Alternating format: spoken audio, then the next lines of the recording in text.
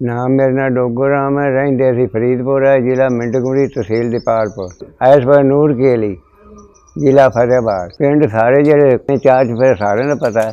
पहले तो इधू चालू हो जा भुम्मन शाह तो आगे आ गया फोटीपुर तो अगा आ गया गुलाबदास, आगे पंडित, अगा आ गई माड़ी, अगा आ गया बूटे कोट, अगा आ गया करी आला, अगा आ गया नवे कोट, शहर हवेली। ਪਿੰਡ ਤੋਂ ਸ਼ਹਿਰ ਕਿੰਨੇ ਕੁ ਦੂਰ ਸੀ? 5 ਕੋਹ ਪਰ ਦਈਆ ਤੂੰ ਗਿਣ ਲੈ। ਉੱਥੇ ਤੁਸੀਂ ਕੰਮ ਕਰ ਕੀ ਕਰਦੇ? ਕੰਮ ਕਰਦੇ ਵੱਡੇ ਇਹ ਖੇਤੀ ਦਾ ਕੰਮ ਕਰਦੇ ਕਿ ਭੇਡਾਂ ਦੇ ਮਾਲ ਪਸ਼ੂ ਰੱਖਿਆ ਨੇ, ਹੋਰ ਕੀ ਹੈ। ਪਿੰਡ ਦੇ ਵਿੱਚ ਮੁਸਲਮਾਨ ਅੱਧੋ ਸੋਦੀ ਹੈ, ਅੱਧੇ ਕਮੋਜ ਆ ਤੇ ਆਪਣੀ ਹਿੰਦੂ ਬਿਆਰੀ ਤੇ ਅਰੋੜੇ ਅਰਾੜੇ ਤੇ ਇਸ ਤਰ੍ਹਾਂ ਤੇ ਅੱਧੇ ਮੁਸਲਮਾਨ।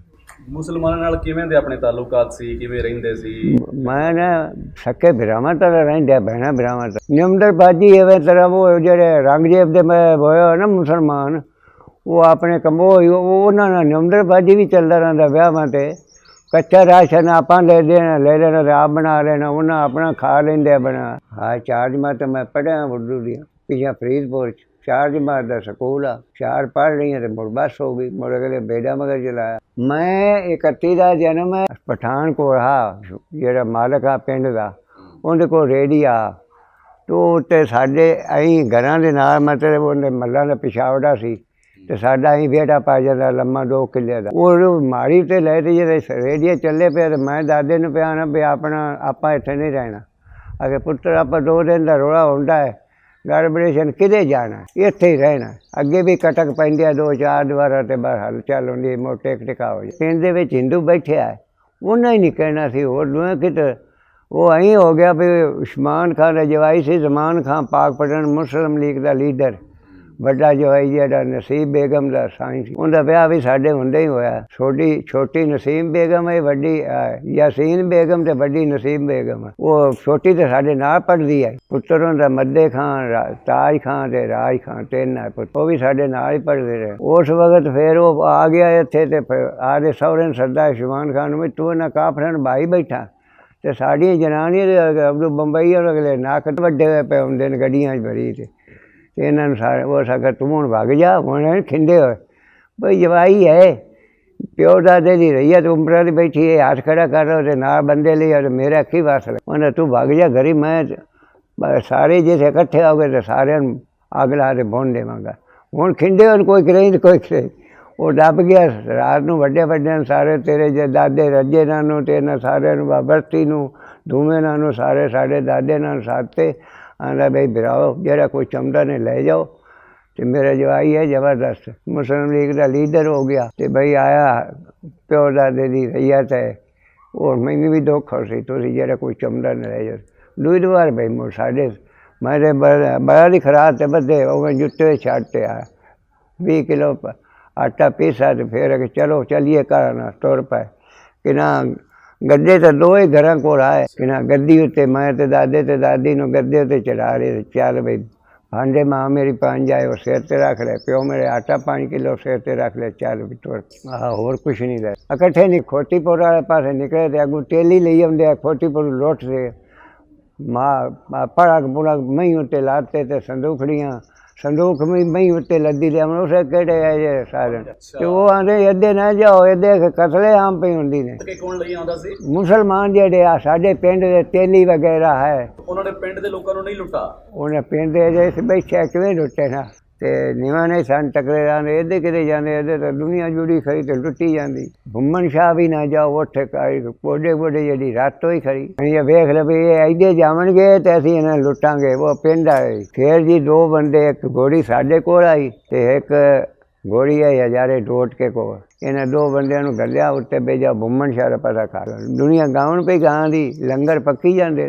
ਭੁੰਮਣ ਸ਼ਾਹ ਦੇ ਵਿੱਚ ਦੁਨੀਆ ਸਾਰੇ ਆਸੇ ਪਾਸੇ ਸਾਰੇ ਇਕੱਠਾ ਹੋ ਗਿਆ ਨਾ। ਕਿੱਥੇ ਤੁਹਾਡੇ ਜੋਧਪੁਰ ਤੇ ਸਾਰੇ ਮੰਚਰੀਆਂ ਤੇ 20 ਕੋਹਾਂ ਟਿਕਣ ਪਾਦ ਸਾਰੇ ਲੋਕ ਇੱਥੇ ਭੁੰਮਣ ਸ਼ਾਹ ਇਕੱਠੇ ਹੋਏ। 3 ਦਿਨ ਰਹੇ ਅਸੀਂ ਇੱਥੇ।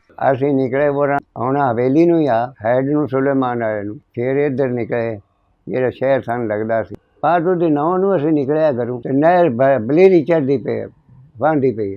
ਮੁਸਲਮਾਨ ਉਹ ਪੋਲ ਜਿਹੜੀ ਹੈ ਜੇ ਟੱਪਣਾ ਸੀ ਉਹ ਉਤਰੀਆਂ ਖੰਮਾਂ ਢਾਈ ਖੜੇ ਸੀ, ਛੱਤ ਢਾਵਣੀਆਂ ਹੇਠ ਬੰਬ ਪੂਰਿਆ। ਉਹ ਮਿਲਟਰੀ ਆਏ ਜਿਹੜੇ ਨਾ ਪਹਿਲੇ ਦੂਰੋਂ ਵੇਖਣ ਵੀ ਪੁਲ ਢਾਂਦੇ ਪਏ 10-12 ਜਵਾਨ ਸਾਧ ਲੈਣ ਗੱਭਰੂ ਆ ਜਾਓ ਮੇਰੇ ਨਾਲ ਹੈਗਾ ਉਹਨਾਂ ਨੂੰ ਡਰਾਈਵਰ ਤੈਨੂੰ ਪਤਾ ਦੂਰ ਹੀ ਚੱਕ ਲੈਂਦੀ ਹੈ ਉਹਨਾਂ ਰਾਈਫਲਾਂ ਨਾਲ ਬਾਹ ਤੇ ਸਾਰਿਆਂ ਨੂੰ ਮਾਰ ਦਿੱਤਾ ਉੱਥੋਂ ਪੋੜਾ ਅਗਾਂਹ 8-10-12 ਜਵਾਨ ਆਏ ਇਹਨਾਂ ਲੱਤਾਂ ਛੇਕ ਦੇ ਵਿੱਚ ਨਹਿਰ ਦੇ ਸੱਟੋ ਕਿਲਾ ਪਾਦਾ ਤਾਂ ਹੇਠਾਂ ਖਜ਼ਾਨਾ 'ਚ ਉਹ ਬੈਠਿਆ ਉਹਨੂੰ ਉਹਨਾਂ ਇਹਦੂ ਬਟਨ ਨੱਪਣਾ ਤਾਂ ਉਹਦੇ ਬੰਬ ਛੁੱਟਣਾ ਸੀ ਉਹਨਾਂ ਕੋਲ ਹੈਂ ਮੁਸਲਮਾਨ ਸੀ ਨਾ ਜਿਹੜੇ ਉਹ ਪੁਲ ਨੂੰ ਡਾਮਣ ਵਾਸਤੇ ਵੀ ਕਾਫਲਾ ਟੇਠੂ ਹਾਂ ਪੁਲ ਢਾਹ ਜਾਵੇਗੀ ਮੋੜ ਟੱਪਣਗੇ ਜੋ ਅੱਗੇ ਤੇ ਰਹਿਣੇ ਨਹੀਂ ਨਹਿਰ ਬਾਬਾ ਕਿਲਾ ਪਾ ਚੌੜੀ ਸੀ ਤੇ ਤਕੜੀ ਨਹਿਰ ਹੈ ਉਹ ਫਿਰ ਉਹ ਉਹਨਾਂ ਨੂੰ ਮਾਰ ਤੇ ਕੋਪਾ ਨੂੰ ਮਿੰਟਰੀ ਵਾਲੇ ਫਿਰ ਉਹ ਬੰਬ ਠੰਡਾ ਕੀਤਾ ਠੰਡਾ ਕਰਕੇ ਫਿਰ ਕਾਫਲੇ ਨੂੰ ਫਿਰ ਅਗਾਂਹ ਹਵੇਲੀ ਦੇ ਵਿੱਚੋਂ ਅਸੀਂ ਟੱਪੇ ਜਿੱਥੋਂ ਸੌਦਾ ਲੈਂਦੇ ਆ ਬਾਜ਼ਾਰ ਸੁਈਆਂ ਪਿਆ ਇੱਕ ਜਣੀ ਹੈ